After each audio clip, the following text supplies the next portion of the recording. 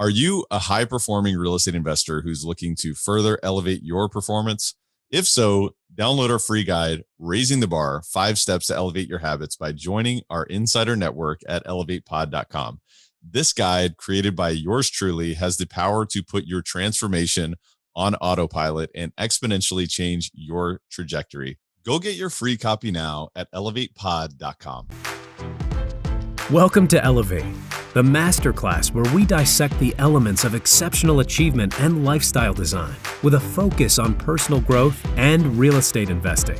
Now, here's your host, Tyler Chesser. Elevate Nation, welcome back. This is Tyler Chesser. I'm so thankful to have you here. And I'm blessed and grateful to be sitting with Kyle Wilson, the founder of Jim Rohn International and Jim Rohn's former 18-year business partner.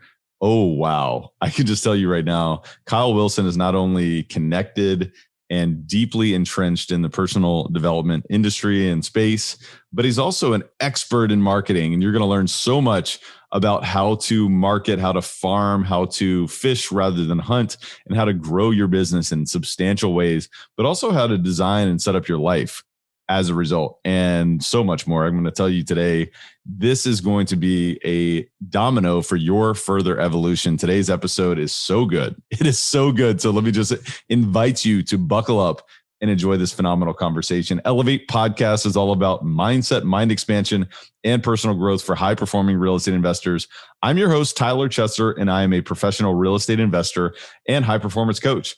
It is my job to decode the stories, habits, and multifaceted expertise of world-class investors and other experts to help you elevate your performance and lifestyle. Are you ready to take it to another level? It is time. Let's raise the bar.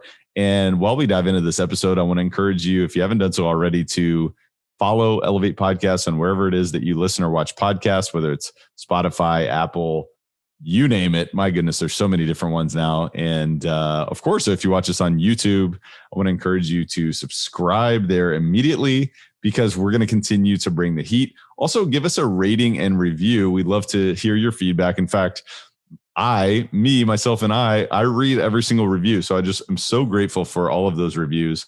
And in fact, I have an amazing review that I wanted to read to you that we received just a couple of days ago. It says, "Stop scrolling and subscribe now." This is TL289. Big shout out to TL289. She or he says, "This is one of the highest level real estate and mindset podcasts out there. Tyler Chesser shows up in a huge way every single episode." And I just want to, first of all, just let you know how grateful I am for that amazing review. Thank you so much. It is certainly my intention to show up every single day in a major way. So thank you for that. But if you have not left us a review yet, we'd love to know, what is it that you're getting from this podcast as we continue to bring massive value, as we continue to bring incredible people like Kyle Wilson.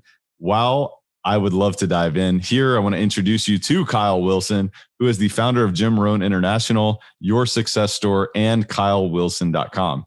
He's worked with the top names in the personal development industry, including his 18-year business partner, friend, and mentor, Jim Rohn, as well as Brian Tracy, Les Brown, Darren Hardy, Denis Waitley, Victor Hansen, and many others. Have you ever heard of any of them? Let me just tell you, that is like the Mount Rushmore of personal growth, of personal development. Kyle is the host of the Success Habits of Super Achievers podcast and recently published the book with the same title, with stories and lessons from longtime friend and iconic thought leaders, including Les Brown, Denis Waitley, Darren Hardy, John Azaraf, Phil Collin of Def Leppard, Brian Tracy, Victor Hansen, and many others. Kyle is the author of 52 Lessons I Learned from Jim Rohn and Other Legends I Promoted, and partnered with Victor Hansen and Jack Canfield on Chicken Soup for the Entrepreneur's Soul. Kyle has filled huge seminar rooms, launched and published multiple personal development publications, and has produced and published over 100 plus hours of programs. Brian Tracy said Kyle made him millions of dollars. Darren Hardy said Kyle is his go-to person for any marketing solution. Les Brown said Kyle is a legend in the industry. And Tom Ziegler said in 20 years, Kyle is the only guy he and his dad worked with that every time underpromised and overdelivered. And Jim Rohn said Kyle is his trusted partner and friend. Today, Kyle will be sharing his ideas on how to grow your business and brand. And not just that, but you're going to understand his story. You're going to understand more about how he met Jim Rohn and what he really learned from that legend that you may have never heard before. So I want to encourage you to buckle up and enjoy this phenomenal conversation with Kyle Wilson. Kyle Wilson, welcome to Elevate, my friend. How are you? Tyler, I'm great. How are you? I'm fantastic. I really appreciate you taking time to be with me today. And man, I know that we're going to go in a lot of awesome directions today. So I've been looking forward to our conversation for a while. And, I'd love to lean into this conversation and really have some fun with you. The first thing that I'd love to do is I'd love to ask you if you had to describe yourself in the way that your closest friends, your closest family members, or people that know you best, how would you describe yourself in the way that they would? Oh, wow. What a question. That's evolved, thank goodness, because 30 years ago, they would have said I was very type A, aggressive, not very relational. I would hope they would say today, I'm very much about what matters, authentic. I've always been honest and tried to do the right things, but that industrious, ambitious part of me is a seminar promoter, filling up huge rooms and, all those type of activities. I was a bit type A, but I think I'm a better person today. So what was the event that caused you to evolve, or was that a series of events? Maybe it was over a decade plus or so, or what occurred? Well, it's a bit of a process. And so I think having mentors like Jim Rohn and Brian Tracy, so these incredible influences, building a team, I built a huge team. So to make that work, those are personal development challenges, right? To have a great culture, you have to get better first. It tests, those those things that we think we know it all, but to build a team with other people with different thoughts and skill sets and backgrounds, makes you better. And of course, having a spouse, raising kids, all those things refine our personality and refine our thinking and broaden our perspective. And I think that's a big part of it, getting around diverse thoughts, diverse people, opinions, being open to it. So it's definitely a carving out over time, but definitely business and family, I think, has been a big part of that evolution. Yeah. And that's one of the reasons why I really align with your story and what you're all about, just because you're open to that evolution, right? And I think everybody listening to Elevate, really inherently are open to that evolution, and they've recognized that change is the only constant, right? Not only within the market dynamics or within the world or politics or economy or the dollar and money and all these different things, but about ourselves too, right? So looking back on your story and your journey, it's like, 30 years ago, you may have been type A hard driver and you're like, win at all costs, but now you've shifted to become about what matters and focusing on getting better first. That's almost become like your passion. Am I saying that correctly? Well, I think for things to work, doing the right thing, having the right philosophy, all is part of doing things that will help you become successful. I see a lot of people do things that they think will get them there faster, that will actually slows the train down. So the better person you are, the better your motives are, the better you can communicate with people. That's only going to help your success. So Jim Rohn called it enlightened self-interest, right? The more philosophically we are sophisticated in our thoughts about what truly works, what brings happiness, what gets results. Yeah, I think that the people I hang around with have that win-win, let's make things better philosophy. Now, I know there are some people that are win-lose. They're sharks. They're like, the big bass eats little bass, or would be up to our ass in bass. I heard Paul J. Meyer say that. That's just not my philosophy. That's not how I want to live my life. And it doesn't mean the other doesn't work for them. If that makes them happy, that just doesn't make me happy. It seems like that's more of a short-term approach as well, right? Because if someone loses, then you're never going to do business with that person ever again. And of course, it's not all about just business transactions, but I'm with you on that philosophy. It's like if we can all win, then maybe there's a greater sense of abundance that we can all experience in a long-term transformational relationship together. So I think that's awesome. And I can't wait to dive into some of the relationships that you've been able to forge, over the years, and just that network and that Rolodex that you've developed through, I think, that philosophy. I believe like that's the foundational philosophy probably that's allowed you to do that, because you've been able to serve through your expertise and not only impact other people and very, influential people, but you've been able to help them become more influential and impactful themselves, which is amazing. Give me a little sense of your upbringing and sort of your background and where you came from. And so we can really give some context, and so we can really understand the origination and, where we've taken this full circle. But I'd love to get more sense of sort of your background and your upbringing. Yeah, sure. People always say, "Hey, Kyle, how'd you get to work with Jim Rohn? You must have been like this, class president or whatever." And it was really the opposite of that, Tyler. I grew up in a small town, never went to college, got in a lot of trouble. I was doing drugs, the whole thing, and definitely was not good at school.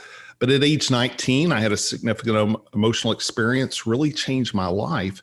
Started a little business, grew that business to about 10 employees. It was a service station of all things in Vernon, Texas. Age 26, I had this tap on the shoulder, and it was pretty soft, but it was like, you need to get into a bigger environment. And I was sharing this recently at the Real Estate Guys event in Belize, and it's the first time I'd ever said it. It was like a whisper. And I then got very emotional because I thought back, everything I'm experiencing in my life today wouldn't have happened if I didn't honor that whisper. So sometimes it's not a shout, sometimes it's a whisper, but this whisper happened, at age 26. I sold my business, sold my house, moved to Dallas, and through a series of very serendipitous events, and everyone I've ever talked to, worked with, interviewed that has done anything significant, they'll talk about the serendipity and how they met this one person or had this one opportunity. And for me, I got a job because I moved to Dallas and had no job, had no plan. I just honored the whisper. And I don't recommend that for people, by the way, to make a big move and have no plan, but that was the case. And I ended up going to work for a seminar promoter. And he said the key to making it work is you have to do about 100 cold calls a day. And the goal is to book a couple of presentations. You go in and speak at a car dealership or a real estate office, a pretty cold market, and give value for sure. But at the end, sell tickets to a seminar. The thought of 100 phone calls a day, that was challenging, but the thought of speaking in front of an audience was terrifying, not even on my radar. That's something I wasn't, the few times even in school, I had really bad experiences. But again, I had this whisper and I felt I was in a bubble and I had to do it. And I got through it. And within 6 months, I was his top guy really in the whole country. And the big challenge was I wasn't making money. So here I'm the number one guy, but the model was so broken. So I started having this mantra: can I get 2,000 people in a room? And I started every day thinking, how would I get 2,000 people in the room? And I finally got a plan. I left that job and I started traveling around the country, Chicago, Atlanta, Washington, D.C. And I would hire Brian Tracy and Og Mandino or Jim Rohn and Brian. And I started getting 2,000 plus people in a room, filling it up. I would do 4 a year. I had a phenomenal lifestyle where I was really enjoying the market. And that was life-changing. I did that for about 3 years. And then in 1993, Jim Rohn said him and his partner had split up. So just to pay him directly, and he'd take it off the tab of his partner who owed him $500,000. And I said, well, Jim, I think you're the best speaker in the world. I'm a pretty good promoter. I would love to work with you. Well, he wasn't looking for partners because his previous partnerships had not worked out well. So then I made him a really unique proposal. I said, listen, I want exclusivity and I'll pay you off the top. It'll be my company. I'll pay for everything. I'll pay for the team, the staff, the marketing, and I'll just pay you off the top. And we shook hands. And I think I was more excited about it than he was, but we had a handshake. And we had a handshake for the next 10 years before we finally put it on paper onto one page, by the way. And I did that with Denis Waitley and many others. You know, Tyler, that first year I took Jim from 20 speaking dates to 110. I quadrupled his fee. I started creating products. First product I moved 6 million of, it was a guide download I had of a quote book. And it really is how I started creating this thing called the wheel. And the wheel was, I drew a circle on a sheet of paper and I put Jim in the center as the hub, and each spoke was a product or service Jim had. He had a book, he had audio, he had a 1 day, he had a 2 day. And my big overwhelming question, and everyone I worked with to this day, is kind of the same thing. It's number one, how do you get people on the wheel? And then how do you take them around the wheel to experience your different products and services? And people say, well, that's a funnel. It's really not. A funnel has an agenda. The wheel builds relationships. We met through the real estate guys. The real estate guys do the wheel. People hear their podcast, and occasionally they give them something to say yes to. And so they attend an event or attend something, and then that's where the relationship gets built. And so I started creating more spokes on the wheel, and I have a whole criteria about, you know, what that would look like on building a spoke. What's the next spoke? In that little booklet happened.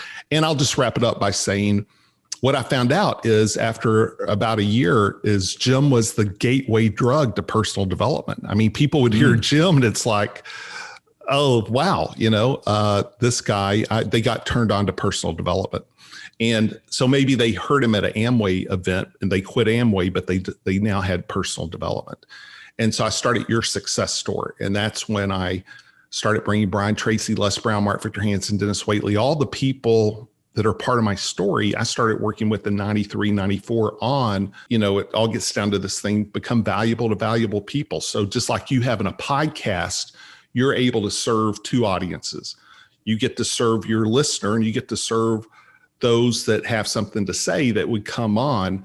And I think I was able to create that equation where talented people now had a way to speak in front of companies. So that was all pre-internet. Then when the internet came, I built the first million plus email list and over 300 intellectual properties. And then I ended up selling everything in late 2007. It was a personal decision. And then I came back out about 6 years ago, and that's a whole new story. But I wanted to lay that framework out because that's been my evolution in this business. And that's how I got to work with some of these amazing people. Man, first of all, there's so much there. I mean, that's an amazing story. And you think about, obviously, you know, the wheel is a beautiful thing in itself. And the reason why I think it's such a beautiful way that you describe that is it's about building relationships, right? Because the only way that you can serve more people through products or services or opportunities is, in my opinion, really through building that relationship. First of all, I think that's a beautiful way that you describe that. And I think it's a takeaway for every single listener is what relationship and what process and what wheel do you have in your business or in your life that you're developing relationships with people and strengthening relationships, right? Because that's what it's all about, man. This is a long-term game, and hopefully life is a long-term game, right? And so I would be remiss if I didn't go back and ask you, Kyle, the whisper, what was that? Who was that? And you mentioned serendipity and all these different things, but what was that whisper? Tell me a little bit about that. I had hit a wall in where I was living. I had a successful business, but I was working really hard. And it was where I grew up, the same town I grew up in. And yeah, so it began with a little bit of discontent.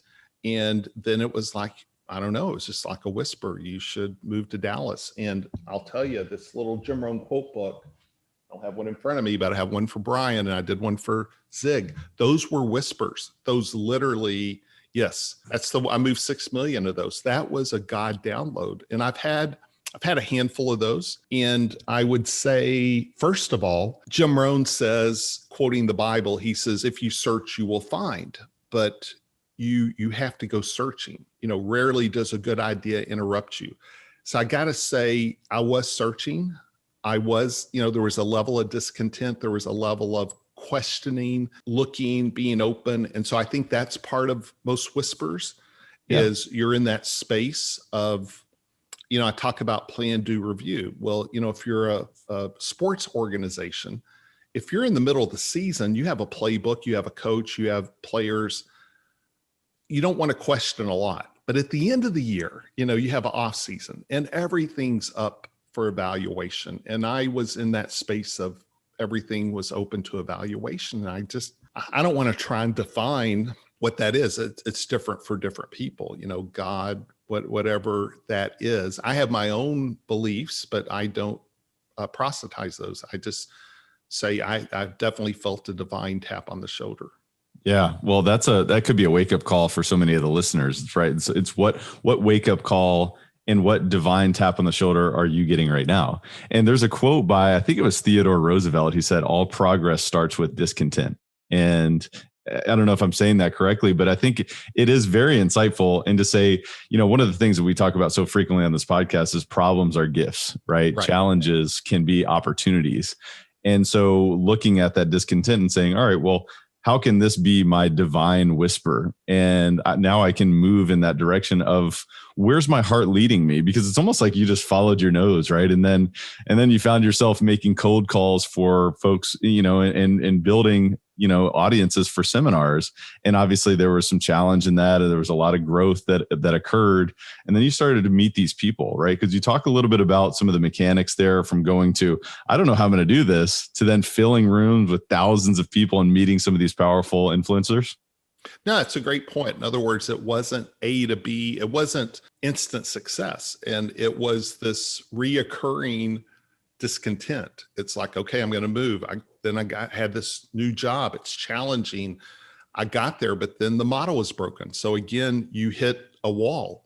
That wall then forced me to say, was all this for nothing? I'm the top guy and I'm losing money, not making money. And there's a period. Some of these things took a year, some took months. We want instant answers. And I think a big part, there's multiple little pieces, but one is you got to show up. You just got to keep showing up because you never know what conversation, what person, what opportunity, what insight's going to be there. So you got to show up. Another thing is it's a biblical truth, and it's be faithful in whatever you're doing. So it was the doing really well, trying to do the best I could at whatever place I was at that kept leading to that next promotion, if you will. And so these are all just principles. And of course, when I met Jim Rohn, he gave me a whole new set of insights and principles that forever changed my life. There were 3 or 4 that were just foundational. And so it's all a combination. And I think, again, the younger you are, the more you think there's a there. And the older you get, you realize there is no there. It's now. Everything's about now. Because as you began the podcast with change and difficulties, I had Tom Ziegler on for Inner Circle call, and that's Zig's son, right after COVID happened. And, it's like March or April last year. And he said, the quicker people can get over how they think it should be or how it was, quicker they can move into how it is or how it's going to be. And I still have people tell me, they want live events to be like it used to be. Well, that's not going to happen. Or traveled. Now, we might get close, but there's going to be all kinds of variations for all kinds of reasons I could get into. But no, I think that's important. And it makes me think of one of Jim Rohn's quotes, which was, "Don't wish it were easier, wish you were better." Right. And it's not about I wish the reality was different. It's about how can I grow as a result of reality and how can I fit into this environment? So you mentioned some of the foundational things that you learned from Jim, and obviously, collaborating together, being partners and lifting each other up. But maybe you could speak to some of those foundational learnings that Jim opened your mind to and your insight to so that you could really step further into your own growth. No, that'd be great. Yeah. So there's so many, but if I got it down to 2 or 3, one was Jim said success is predictable. That was a new concept because, and again, I see so many people if you're a football person, you know what throwing a Hail Mary means, or, they're trying to win the lottery. They're trying to get, greed is basically wanting something for nothing. It's the short-term fix. And Jim said, success is predictable. If you're here and you want to get here, you can get there by doing ABC steps. And he talked a lot about having a garden, being a farmer. You plant the seed. If you plant a seed at the right time, at the right place, and you take good care of it, chances are, odds are in your favor, you're going to get a harvest. Now, if you reinvest the seed over time, it's going to keep compounding. And, it's one of my fundamental marketing principles is marketing's a combination of tactics, which change with technology. So I could name 50 tactics and they're constantly changing, evolving. I could name a dozen principles that are timeless, that have never changed. They haven't changed today. They were the same in 1989 when I got in this business as they are today. And so principles, the beauty of principles is they compound. So when you do things that compound, it's almost guaranteed to have a harvest. But it's going to take a little time. You're not going to plant a vineyard and have wine in 30 days. It's going to take 5 years. So Jim was a principle-based philosophical teacher, not a tactical teacher. It takes both tactics and principles, but you want to make sure principles are the driving force. So I think success is predictable is huge.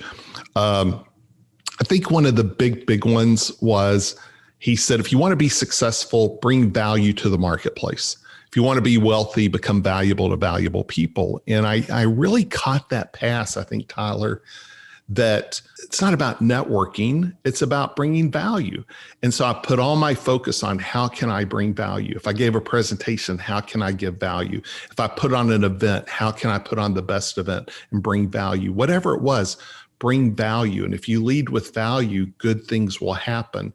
And so that was a big, huge piece because so many people are transactional. And once the transaction happens, check that box versus the opposite of bringing value and then having things that compound and reoccur. And I'll throw one more in. Jim Rohn said, be a student, not a follower.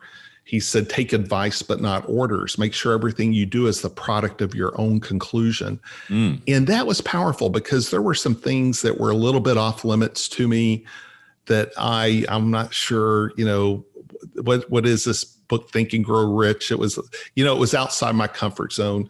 But, with Jim's teaching, I could take it all in and take what I want and let go of what doesn't fit me. I could be a student of a lot of people, but realize I don't have to join their cult, or I don't have to go, I can pull what works for me.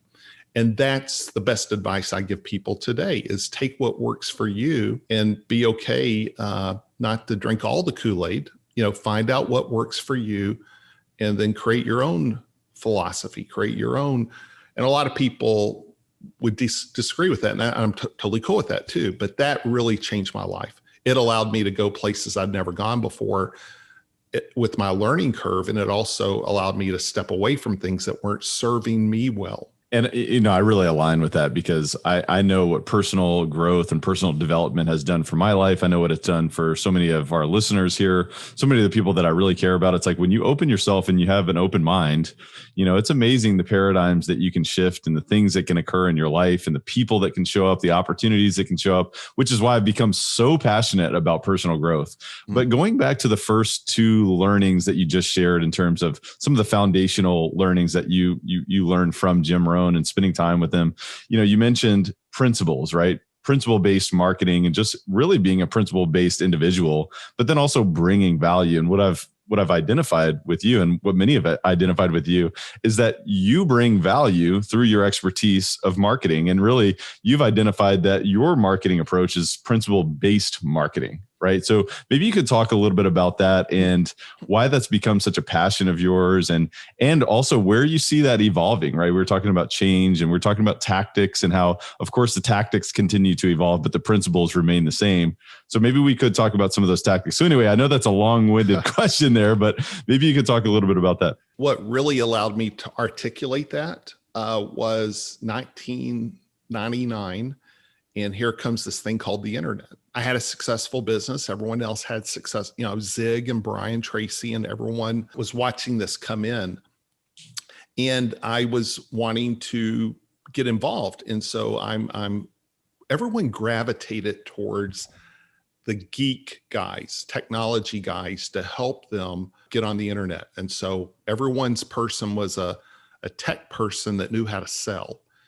And then I would look at what they're doing. I'm like, this is not marketing. Like everything they're doing is backwards of how I would, again, the wheel. So they're selling. I just want to get people on my list. I want to create a ability to have people build a relationship. And I heard J. Conrad Livingston say, marketing is marketing is marketing. The same principles that applied to classified ads in the 30s or the radio in the 40s or TV in the 50s, right through the thing of infomercials. And this is before the internet when I heard him say this. And I thought, that's it. Marketing's marketing. So I'm going to get my technology guy to do the tactics, but I'm going to be the marketer. And my marketing is principle-based, which means the most important things to me are have a good product. Like, again, people, if you don't have a good product, it's not going to compound. So number one, the smartest thing you can do is have great products that people want to refer. People are happy. That's what Apple's done, right? Some of the biggest brands begins with a great product. Have great service. How many people companies have spent hundreds of millions of dollars and were so dissatisfied with their service and no one would dare recommend them.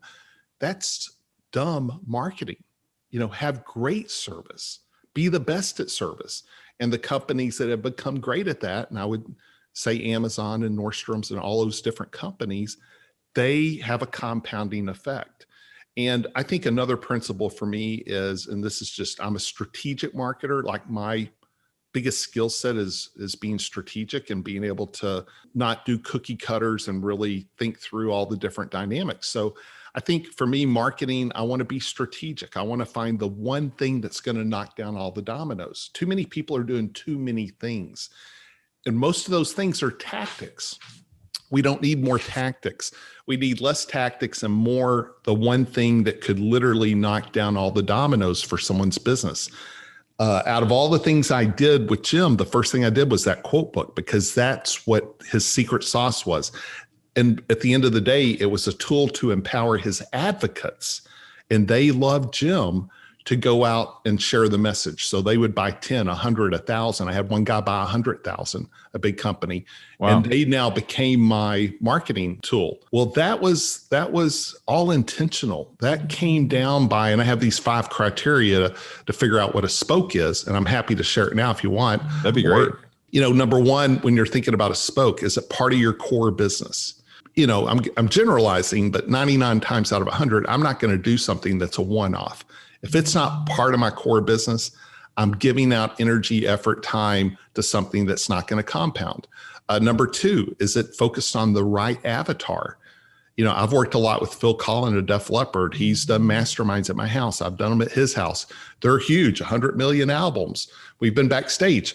But that's not really my avatar. So I don't build on that. It's a cool thing we have. And he's been on my podcast and in my books, and he's amazing. But that's, my avatar is Jim Rohn fans, Darren Hardy fans who I coached, Robin Sharma who I coached. So I'm always focused on my avatar. Number 3, what's your secret sauce? Don't copy other people. Find out what really makes you unique and make sure your products and services incorporate what makes you special. And again, that was the Jim Rohn quote book.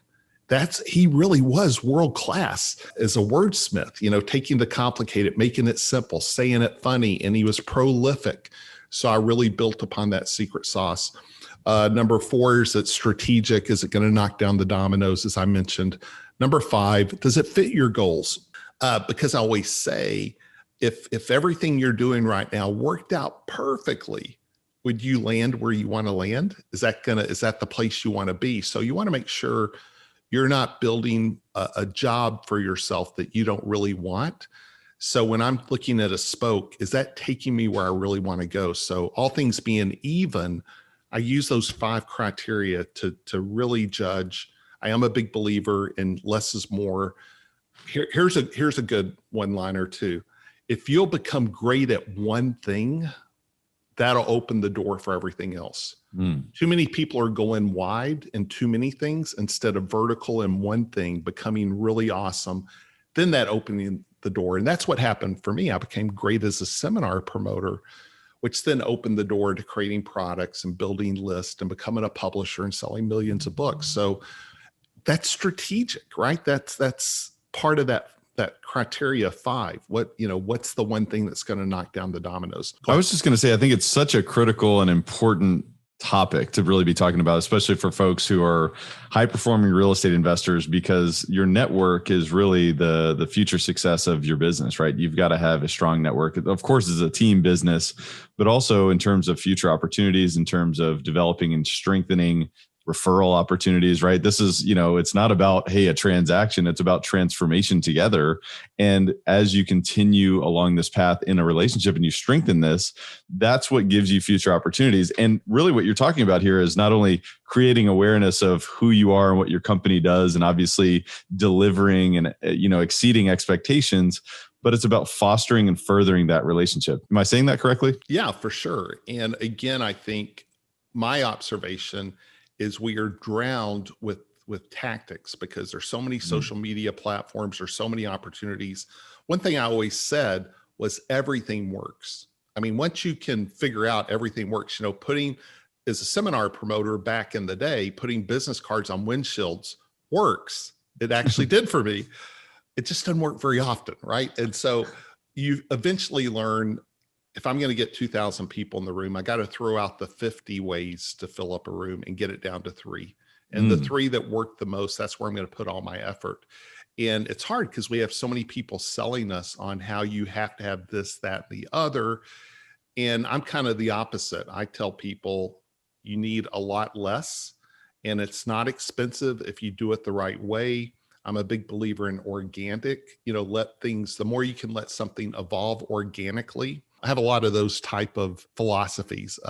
Here's one, it's like I have all these different playbooks from my past 30 years.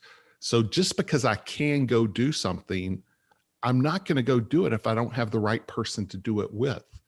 Once I find the right person, whether it's with books or events, or even what I do with my websites, I'm okay to sit on the sideline till I get the right person. Because I know how I am, I'm going to want to jam with them, and we're going to go build something, which means it's got to be scalable. It's got to be synergistic. And that's all principle based for me versus tactically getting something that's a one-off and then I'm starting over again. So I don't put bodies in spots. I don't use tactics just to fill spots. I really have to find the right person that I can then synergistically go build something with. That's a principle. Hey guys, just a quick word from our sponsor and we'll be right back to the show.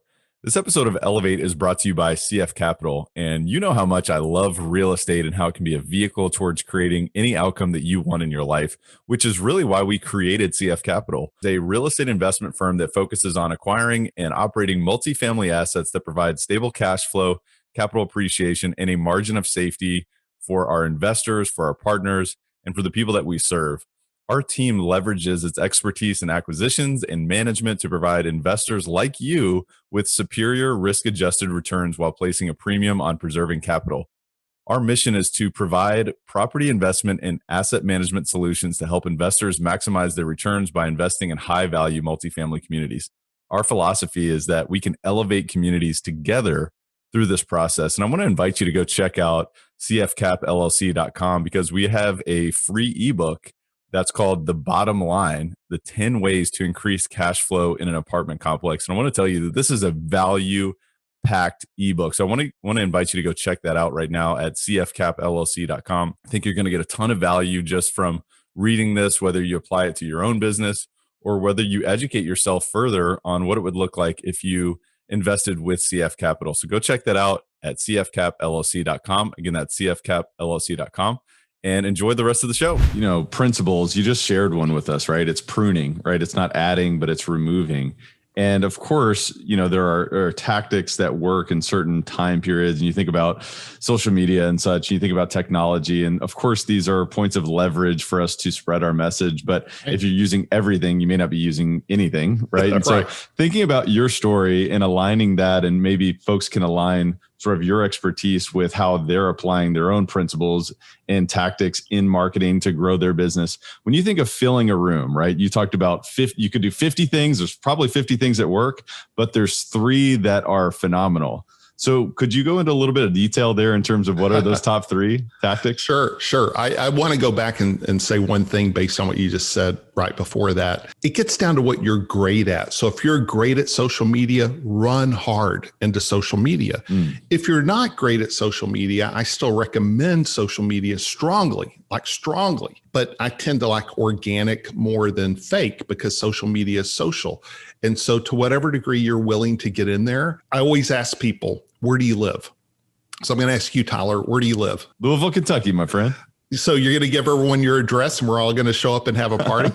No, I'm not going to do that. I love Louisville, by the way. Been to the Kentucky Derby a few times. Awesome. We'll have to have you again. Yeah. No, you live on your website. You live on Facebook, you live on Instagram, you live on Twitter, you live on LinkedIn, YouTube, and people can find you 24/7. And I'm a big believer, have a great website, have a great social presence. I'm not a big believer though in having people manufacturing all your social media. So I'd rather have 3 social hubs, and I recommend people do what is most alignment for them. I know in the real estate investor space, LinkedIn is a big one, right?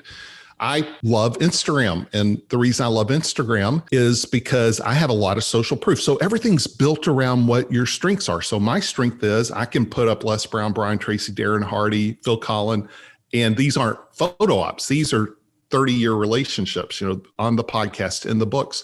So that's my strength. So Instagram allows you to tell a story. You can go to someone's profile and just scroll down and there it is. So that is where I want to put most of my effort. I think hunting is more for LinkedIn, but I think that's very viable for other, for some people. But here's the thing, why I like social media is it's not just you can find anyone, but more importantly, they can find you.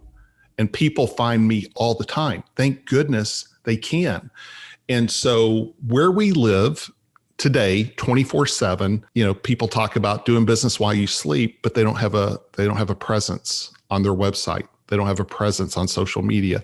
So it's the most underutilized things. But then they go to the other extreme of hiring all these teams and it becomes very inorganic, becomes very inauthentic. Here's the biggest thing I got to say on that. Now that I'm thinking about it, they're tactically driven versus principally driven. So they have their technical people doing their actually marketing activities.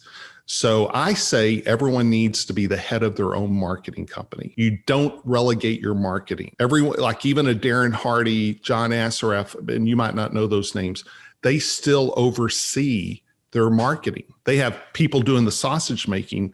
Darren Hardy, recently we were talking and he said, I got 3 jobs. I create content, I deliver content, and I'm over marketing. A lot of people want to sub out the marketing. I'm just saying, who knows your business better than you? Who knows your client better than you? Who knows what you're wanting to do better than you? So you have to build that team, but you're still the head honcho. You're still the architect of that. That's where you hire the technology, but you're still the marketer. So thanks for letting me share that because I think that's important, right? That's where people are getting faked out. Well, this is world class. I mean, this is so important. And obviously, thank you for sharing your expertise. And there's principles that you just shared that I'll just re-highlight just very, very quickly.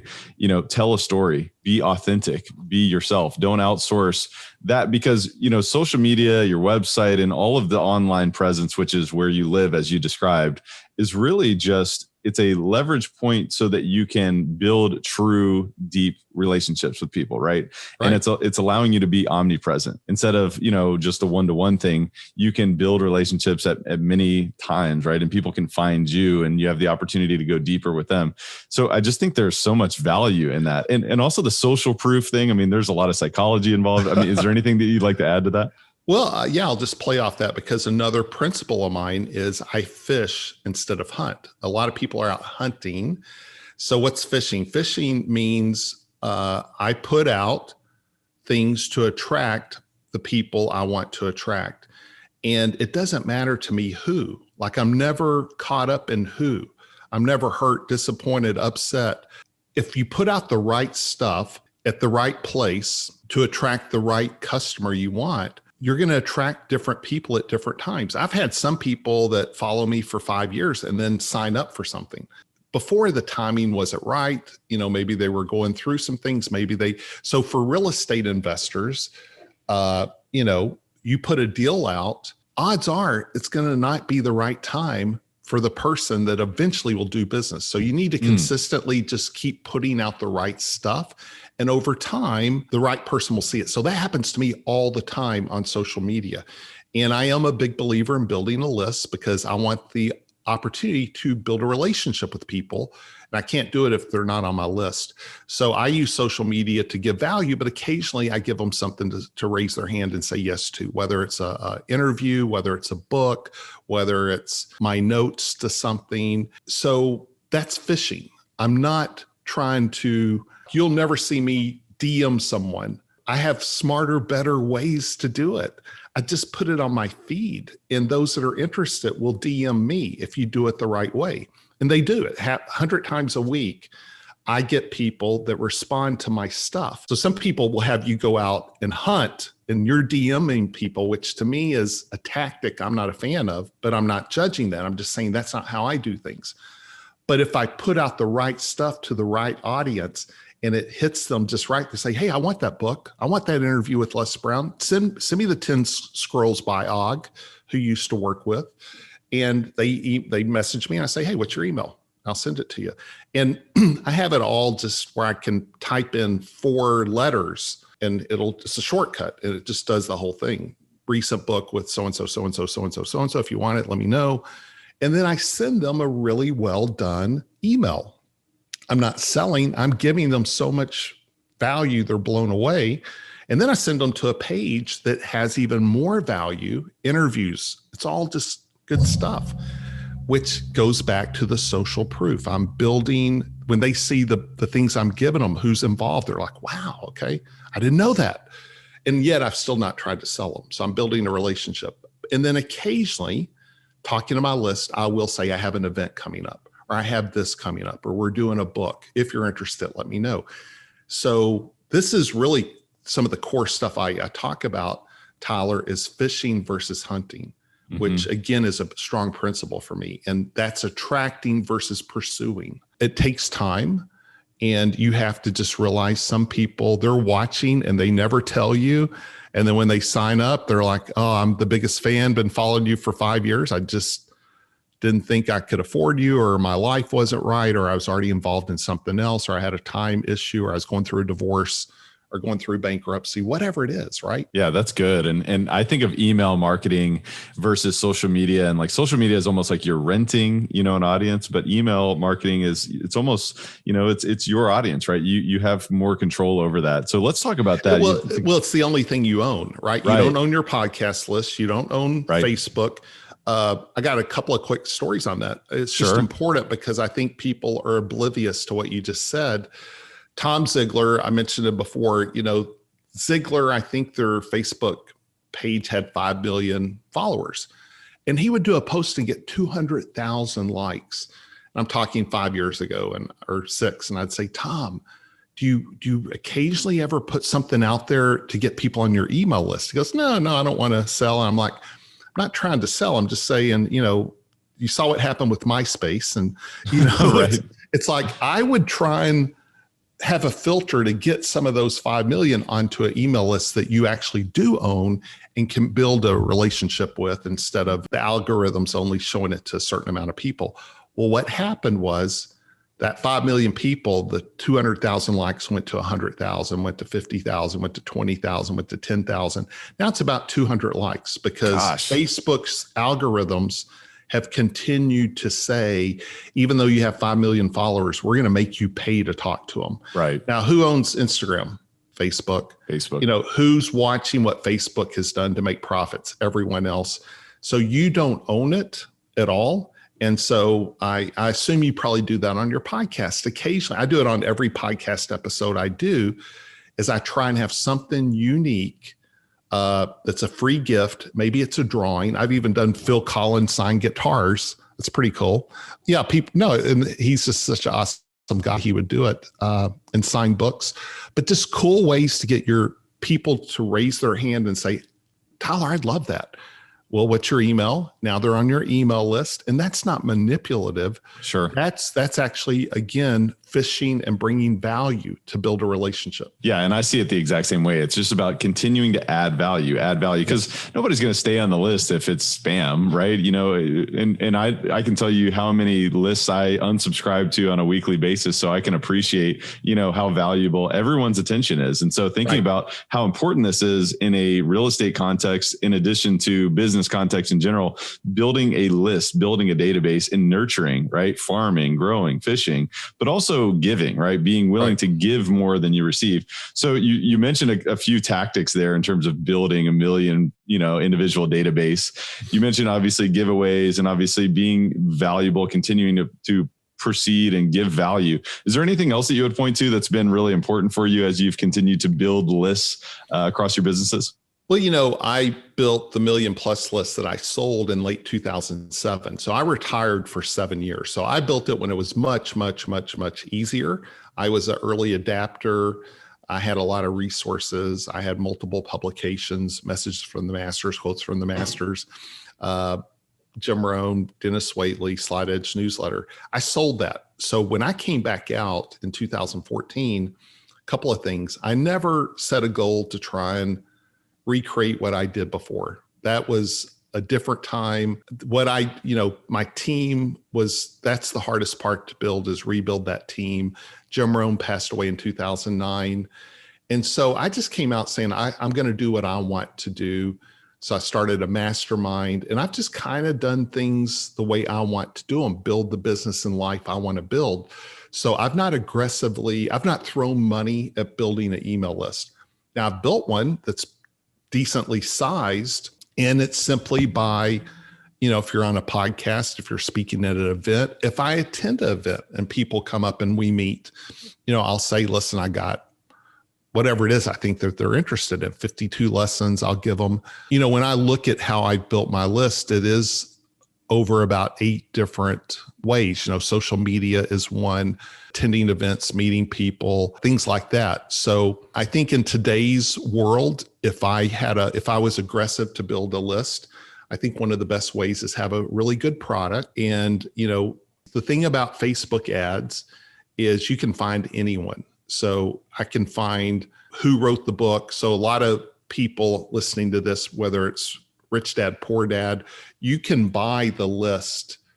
You can buy from Facebook the ability to talk to a specific demographic. And I think giving something of value, but like the most efficient way to build a list without it costing you money is have a product you're selling. And the funnel, I don't like that word, but the lead into the product is to give away something free where you get the email. So I do that. I give away a book to get the email, and then I sell them a course I have that's not that expensive. And that's a great way for me to build my email list, build my Instagram list. So there's all kinds of tactics to do it. I think you just have to think through. Anytime you have a product, an event, if you're doing an event, that's a way to build a list, because you're going to maybe joint venture with some of the speakers and they're going to promote it to their list. So there's lots of different ways. So I always say, Tyler, marketing simply connecting the dots between your products and services and your prospecting customer. And you start looking at what works for your competition, what works for you. And from there, you just start seeing the available tactics and connect those dots. So I've done it through events. I've done it through selling products, done it through showing up on podcasts, speaking of engagements. with audiences that have my avatar. That's so good. And it reminds me of Tony Robbins says this all the time, who Jim Rohn was his mentor. He says that success leaves clues, right? So you can observe and you can reverse engineer and integrate what works for others for yourself. And man, this is a masterclass in marketing. This is so powerful. So if anybody's listening and they want to rewind and re-listen to this, I'm telling you, you should right now, because there's so much that you can go ahead and apply to your business immediately. But Kyle, I want to shift gears just a little bit. I want to talk about habits, because you and many others wrote an amazing book, Success Habits of Super Achievers, which is right behind your shoulder there. If anybody's watching on YouTube, you can see that, and you'll be able to check out that book, because we'll put a link in the show notes as to how you can get that book. But you've become obviously passionate not only about personal growth, but obviously in understanding how important habits are in our lives and in the trajectory of our life. So if you had to point to maybe 3 of the top most misunderstood habits, and this is a little bit of a unique way on this, a little bit of a unique way to approach habits, is think about what are some of the most misunderstood habits, or maybe unapplied, if that's even a word, habits for super achievers that you've observed? Well, everyone's unique, everyone's different. So I don't know if I'm going to quite answer it that way. I would just say some of the counterintuitive habits for myself are I block out a lot of time in the morning just for myself, but that's all by design. I've built a life where the first 2 hours are really just whatever I want that space to be. And here's something else. And this is just, I've been able to do this. Not everyone can. If you're a doctor, you can't pull this off, right?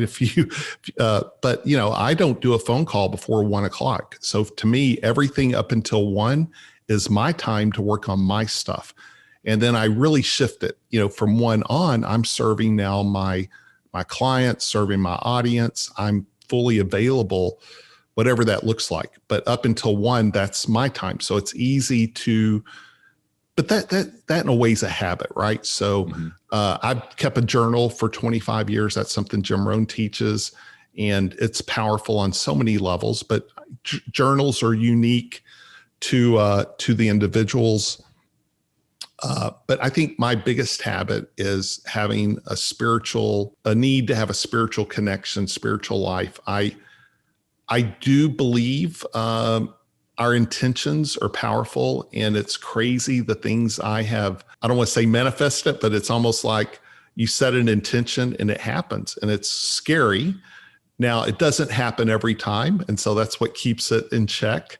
And then you can't get too caught up in that. That's part of the mystery of it all. And sometimes years later, it comes back. You had mentioned earlier about challenges. Easier to talk about them than to go through them, right? And I can't think of ever welcoming a challenge, but every big thing for me came out of a difficulty or challenge, but it took a couple of years. So sometimes that thing we want, that we're trying to have an intention and focus on, that doesn't happen. It's usually a timing thing. But on the other hand, we get these little taps on the shoulder, if we're listening, that will say, what if I could, let's just say in your case, interview ABC person, right? Or have this happen. And then all of a sudden, 2 months later, it's happening. And those are special. But I have found the habit of giving time for that and space for that, which is counterintuitive to do, which again, doing a lot of stuff is tactical. Blocking out time to think. You probably know who Ken McElroy is, right? Oh, yeah. The first time I really connected, Ken and I spent a day together. This is several years ago. And I said, so tell me about your day. Tell me about your week. He said, I spend 25 hours a week thinking. He said, I'm at the office and I block out 3 hours just to think. Wow. Wow's right. Here's a guy with $1 billion portfolio. And so everyone's different. I mean, some people live 16 hours, Elon Musk, Mark Cuban. I mean, right. I think we're all wired differently too. Sure. I don't think there is a right or wrong answer. And that's the thing. You have to figure out what makes you happy, what you're building. And so I don't judge anyone else's things, but that's one of my habits. That's why I don't want to try and lump everyone else's experience because it's so varied, but I can tell you my experience. Yeah, no, that's such a great answer. And I really appreciate that. There's so much to really unpack there. But if I were to go back, you were talking about journaling for 25 years. I think it's a unique opportunity for me to really dig into that a little bit. I mean, I'm sure you've had spiritual connection through that experience. You've seen compounding growth. It's also helped you clarify your thinking. What does journaling really look like for you now, if you were to go into any detail there? Yeah, I mean, so just starting at the top, I set a goal to, at the end of the year, put that journal for that year into my library. So if you look at my library, it's got a journal. Now I miss some years and I miss some months. Sometimes I go months and I don't journal. That's not currently, but that's happened in the past. The last 10 years I've had, because I'm not religious about it. It's just a habit because Jim Rohn talked about it. Mm-hmm. Jim would say there's 3 things to leave to the next generation. Your library, your journals, and your photographs. Not your furniture, but your, and he would make a joke about it. And again, but I don't think my journals are for the next generation because I'm very private in them. I really do work out stuff in them. And I try and incorporate, it's tricky, right? We have notes, we have Evernote, we have all these different things we collect stuff on.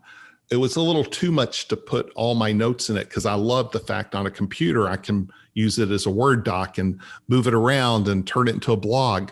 But if I'm with someone that's a mentor to me or they're giving me words of wisdom, I'll put it in a journal. But it's hard because I also like putting it in my phone too. So I'm not religious about it, Tyler, but it does serve its purpose. It's not as clean cut as I would like it to be. No, that's awesome. And you're leaving open inspiration for the listener, right? Because we can all apply this in our own capacity. We also don't have to be so rigid, right? It's not just one rule that now you follow for 25 years. It's about the practice, it's about the principle. So, man, we keep going back to that. But Kyle, this is such a fun, phenomenal conversation. There's so much value in this. Really appreciate you. I want to transition into our rapid fire section. Okay. We call it the rare air questionnaire. Okay. It's all about being uncommon. It's about being principled, right? It's about not being rigid, but being open to evolution as we began this conversation, which has been so much fun. If you had to, I'd love to ask you a few questions here. Sure. And obviously being an author yourself, being a joint venture book publisher and promoter, and man, you've sold millions of books. If you had to point to 2 or 3 of the most impactful books that you've read over the past few years, what would those be and why? Yeah. So the last few years, because Think and Grow Rich and The Magic of Thinking Big did have a massive influence on me. A book I'm really enjoying now is by a friend of mine who's one of the best leaders I know. His name's Kevin Eastman. It's Why the Best Are the Best. And it's 25 words of leaders. And Kevin's won an NBA championship and was Hall of Fame coach. And he's got so much wisdom in what he shares. So that book's really rich.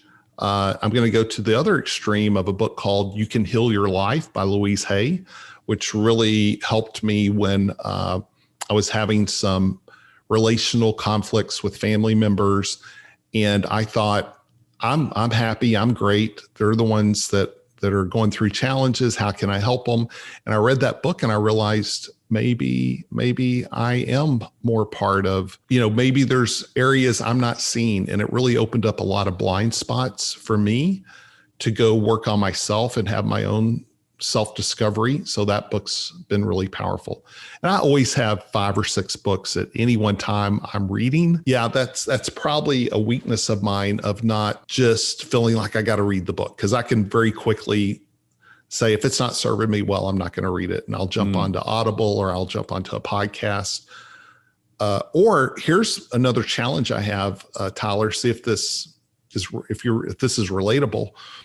The problem is, if it's inspiring you, it gets me thinking. And so I have to stop.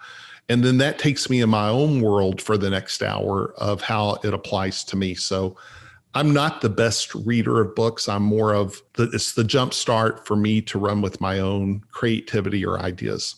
And again, all of us are different, right? Everybody who relates to a certain book will maybe read it in a different capacity. They'll have a different perspective and it'll impact you in a different way, right? And the way that you relate to that learning or that inspiration is different for all of us. So that's a great reminder in itself. But also thank you for the reminder too about, hey, I've been, you just shared about, hey, I was challenged to recognize that maybe I had some growth that needed to occur in these relationships as an example. So you're setting a great example that, you know what, you don't have every answer, right? You're not perfect and you're continuing to evolve. So I think that's awesome. And man, if you had to point to the biggest way that you elevate your life on a daily basis, what would that be and why? Two things. I think it definitely is that time alone to recalibrate, to get in touch with, whether it's the spiritual side, whether it's my own side, my own thoughts. So that's a big one. But I also do have go-to mentors in my life, and they tend to be for different areas of my life. And they're more confidants than teachers. They do teach. Well, some are more teachers. I discovered something, Tyler, a long time ago. As an entrepreneur, and I am like pure entrepreneur, which is not good if you're married to me. I need someone to talk to. And I learned that. I need someone to unpack things to, so I don't unpack it to my staff. I don't unpack it. I learned I need an entrepreneur that gets me, and they're not always trying to teach me until I get it out. Mm-hmm. And being able to unpack it and then have someone with wisdom. So I tend to have those. And so that's probably a huge go-to for me. That's people awesome. I can unpack things to. Yeah, no, that's great. And sometimes it's like when you talk things through, it gets more clear what the issue really is. Cause I'm like you, like if I share with my wife, hey, here are some things I've got going on and I just need help thinking through this. Am I asking the right questions? Am I saying the right things? It's like, there's a lot of power in that space. And man, that's good. If you had to point to the biggest way that you elevate others around you, what would that be and why? I've had to learn this, to listen. And I think in the past, I was too much a know-it-all, and it's just the truth. Again, born out of conflict, born out of challenges, born out of people telling you things you don't want to hear. I've had to learn to really listen, not defend, because the minute you defend, then not just invalidating them, but they get frustrated. And so some of it's just been like, you think it's crazy talk. Someone's trying to tell you something. It's like, you couldn't be further from the truth. But the more I've learned to listen, like really listen, put myself in someone else's shoes, be open to it, not defend, it's such a powerful thing. So I think whether that's a close relationship or just in general, seeing people, listening to people, validating people, when you have influence and you can listen and validate someone, that could be an empowering moment for them. And so I think that's some of the best ways I'm able to help people in my world. Well, thank you so much for setting an example. And man, I'm telling you, this has been an incredible conversation. Kyle Wilson, I just really want to thank you again for being on the show, for being on Elevate, for being willing to share your gifts, right? Your gifts, not only as an expert in marketing, but also in being principled, right? And being willing to grow, being willing to listen, not only to yourself, but to other people around you, and giving them the gift of not only sorting out their own thoughts, but helping them get to the next level, and man, and so much more. This has been an outstanding conversation, Kyle. Do you have any parting thoughts or words of wisdom that you'd like to share with Elevate Nation today? Well, first of all, thank you, Tyler. Really appreciate that. I think, as Jim Rohn would say, just be a student, not a follower, and get around other people that inspire you. That's a big one. Again, get more clear on your own thoughts. I think we're always trying to copy someone else. And the more we can know ourselves and get around people that inspire us, that's powerful. Absolutely. Kyle Wilson, everybody, my goodness. And we're going to talk about success habits of super achievers, because we actually have a free ebook, literally a free download of this book available. So Kyle, where can the listeners find that and how can they access that? Yeah. So I'm really proud of this, Tyler. Thanks for letting me give it away. It's a book. I had the intention to do it for a long, long time. I've been doing some books where we have celebrity authorities, But when I started my podcast by the same title, I really wanted Darren Hardy and Brian Tracy and John Assaraf and Mark Victor Hansen and Denis Waitley and Phil Collin and all these people I've collaborated with for so long, Robert Helms, Todd Stoudemire, and there's women in it too, Lisa Haisha, Amy Novotny. I have like 25 celebrity authorities in it. And every time I would ask them before the interview, is there anything we can't talk about? Is there anything off limits? And they said no. And some of them are pretty. So I think it's a very honest. The stories in each of them are very honest, and the motivations to help people, and the feedback I've gotten on it's incredible. It's 80 different entrepreneurs. We hit number one in 30 categories and all that good stuff, but I love to give away the digital copy of it. And when I send it to people, I also include all these books like Passionistas, a book I did with 40 Gen X and millennial women that, again, were very honest, open, telling their stories.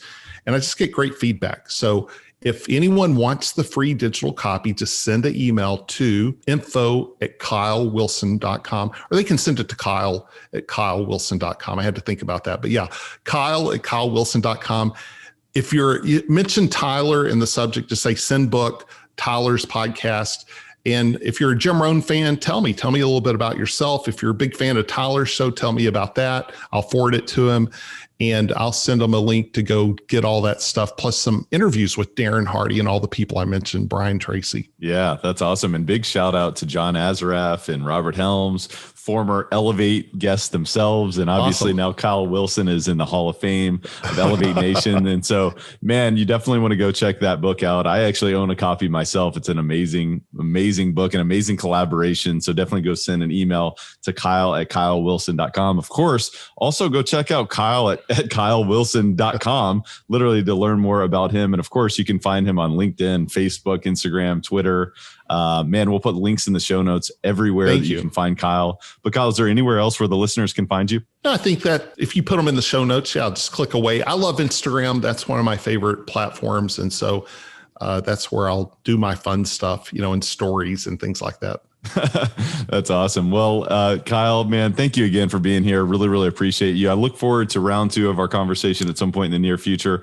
But until next time, Kyle, thank you so much for being on the show. Hey, my honor, Tyler. This was great. Really enjoyed it. Thank you. Wow. Elevate Nation. Oh, man. Kyle Wilson just brought the heat. All I can say is, man, I'm like, that was so much value as far as marketing goes. My goodness. I mean, that episode is worth millions and millions of dollars. Of course, beyond that, it's not just about money. There's so much value in this episode. I just want to encourage you to re-listen to the show. I want to encourage you to identify what are the top 3 takeaways that you found from today's discussion with Kyle Wilson, Jim Rohn's 18-year business partner, and so much more. Such an aficionado in so many different directions. But man, I just want to encourage you to apply. I want to encourage you to share with someone else. I want to encourage you to pay this forward. Share this with a friend. Share this with someone that you care about, someone that you maybe just met. Maybe it's a business partner. Maybe it's someone that you want to do business with. Maybe it's someone that you met recently at a networking event. Pay it forward and send this episode to them, because at the end of the day, giving is better than receiving. And that's what it's all about. But at the end of the day, I want to encourage you, most importantly, to take massive action on what you learned today. Until next time, Elevate Nation, thank you so much for tuning in, and we will see you next time. Thank you for listening to Elevate. If you enjoyed this episode, be sure to rate, review, subscribe, and pay it forward by sharing with a friend. Most importantly, take this opportunity to elevate your results by taking immediate action on what you learned. For more, visit elevatepod.com.